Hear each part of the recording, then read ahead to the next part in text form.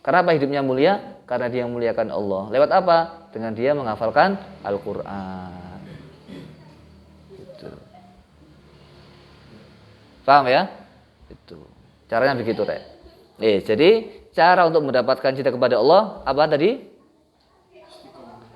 Salat bukan apa? Sunnah yang istiqomah. Bisa salat.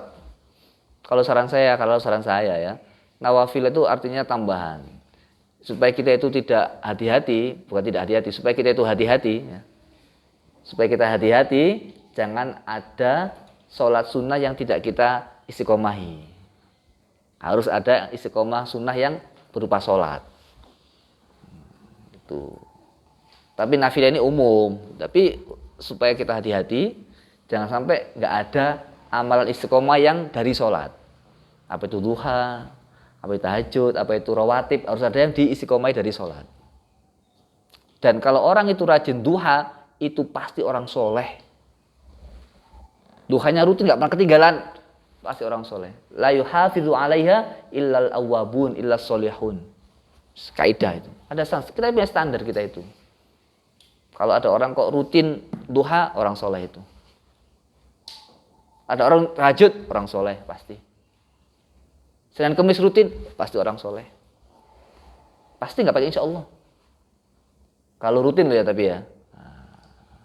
Saya itu belum pernah ada di mata saya orang Senin Kemis rutin kok nggak baik, nggak ada.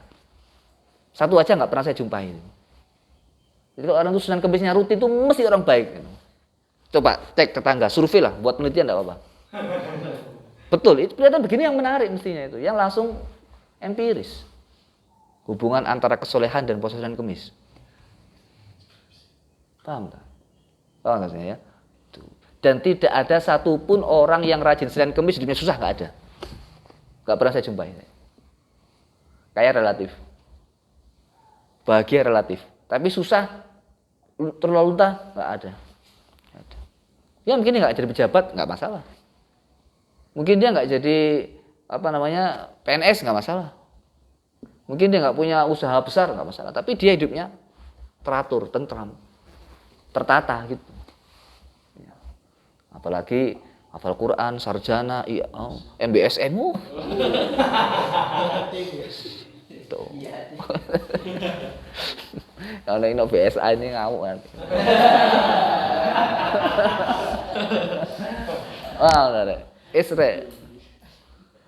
Ideal, kita latih diri kita, kita latih. Ya, insya Allah sehat, percaya sama saya. Ya, Senin Kamis itu riyadhah badan. Tapi kalau nggak kuat ya kadang. Kalau nggak kuat ya gimana lagi, tidak ada masalah kalau nggak kuat. Tapi kalau bisa ya itu.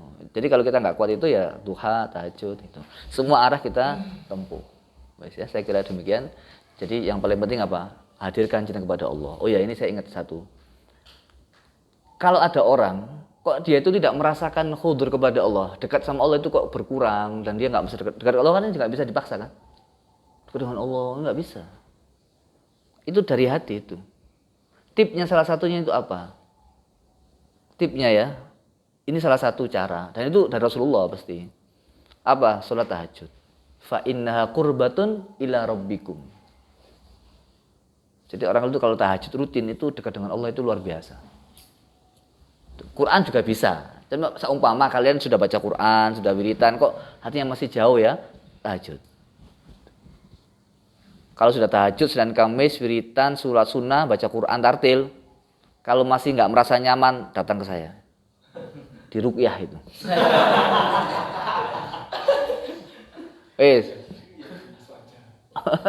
Di ruqyah itu. Itu sudah jelas itu. Berarti indikasinya ada masalah dengan manusia. Tuh. Ada indikasi dengan manusia. Dalam Al-Quran, innalladzina yaknizuna adh-dhahaba wal fiddata thumma la yunfiqunaha apa? Surat An-Nisa ya. Wa yunfiquna fi sabilillah yauma yuhma 'alaiha fi nari jahannama fatukwa biha jibahuhum wa junubuhum wa zuhuruhum hadza ma kanaztum li anfusikum fazuqu ma kuntum taknizun. Ada cerita kisah nyata ini conclusion terus sudah ya. Jadi sudah lama nanti. terlalu banyak makan kuota. Ini kisah menarik sekali. Quran saya ngomong apa? Saya ngomong apa kemarin? Kalau kalian baca Quran, tartil tadabbur dari hati, kalian akan bisa melihat diri sendiri, orang lain, masa depan. Ada orang punya penyakit, dia ini kisah nyata. Kontrol sakit lambung, sakit punggung, sama sakit kepala. Yauma yuhma 'alaiha fi nar jahannam fatukwa biha jibahuhum. Jibahum itu mana? Jidatnya ini. Wa junubuhum wa zuhurum. Ada orang itu kontrol sakit ini, sakit lambung, sakit punggung, rutin. Lalu ada yang ngomong, jangan-jangan ibu ini punya uang berapa ratus juta.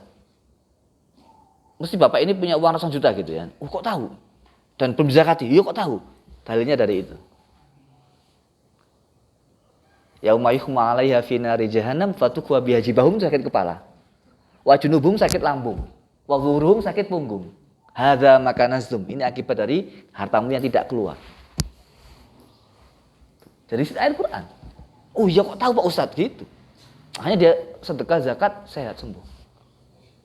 Ada seorang istri itu punya sakit ini apa? Linu di lututnya, enggak sembuh-sembuh juga. Sudah kontrol berulang kali. Langsung ditanya suaminya. Pak, istri jenengan gimana di rumah? Aduh Ustadz, ya ini latihan sabar. Kenapa? Ya biasa, cerewetnya luar biasa. Dia itu tidak patuh kepada suaminya. Oh pantes. Kok tahu? Gimana? Lau amartu ahadan an yasjud la amartu az-zaujata an tasjuda li zaujiha. Andaikan saya suruh sujud, akan saya suruh perempuan sujud kepada suaminya. Lututnya ini enggak sujud.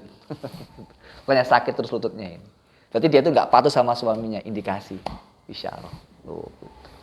Kalau ada istri kok sakit lutut aja, cerewetnya dikurangi. Wow, itu Al-Quran hadis tuh. Nah ini luar biasa. Quran Sunnah ini sudah panduan kita untuk bisa menerawang kehidupan. Gitu.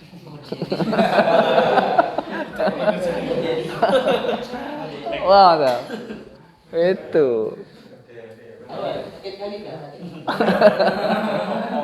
Itu ya. Jadi kalau ada orang sakit lutut nggak sembuh-sembuh kok perempuan, oh indikasi nggak taat suami.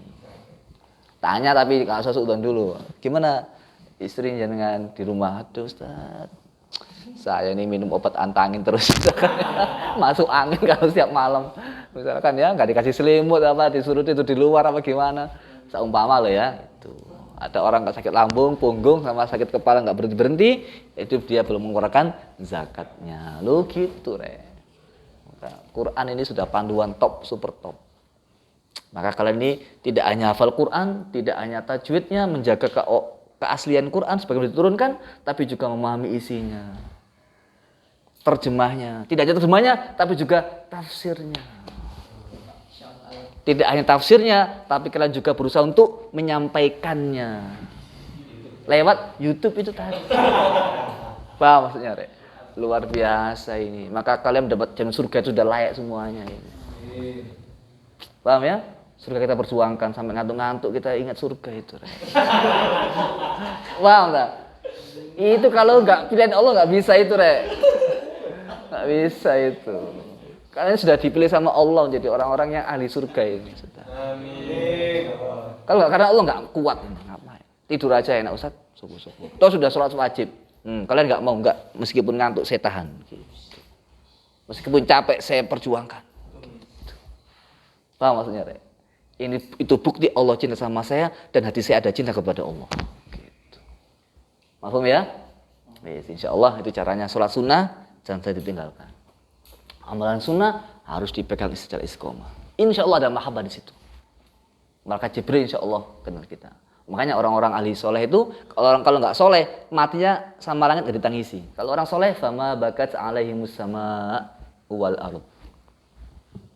Itu langit bumi itu kalau orang nggak soleh itu aduh nggak ditangisi, biasa aja. Bahkan ada yang nggak diterima. Gitu. Maka kalau orang soleh itu biasanya ditangisi langit. Dan itu akan mendatangkan, ini ada salah satu pondok pesantren saya kasih namanya ya, supaya kita nggak jadi fitnah. Ada satu cerita sama saya, keluarga besarnya cerita, setiap kiai yang meninggal pasti hujan di pondoknya itu. Setiap kiai yang meninggal dunia itu mesti hujan. Boleh jadi hujan itu simbol daripada langisnya langit. Kepergiannya. Ada keluarga sama saya keluarganya. Jadi ditangisi langit rek kalau orang soleh itu. Orang nggak soleh ya nggak karep. Bahkan nggak diterima langit, nggak diterima bumi itu ada. Naudzubillah.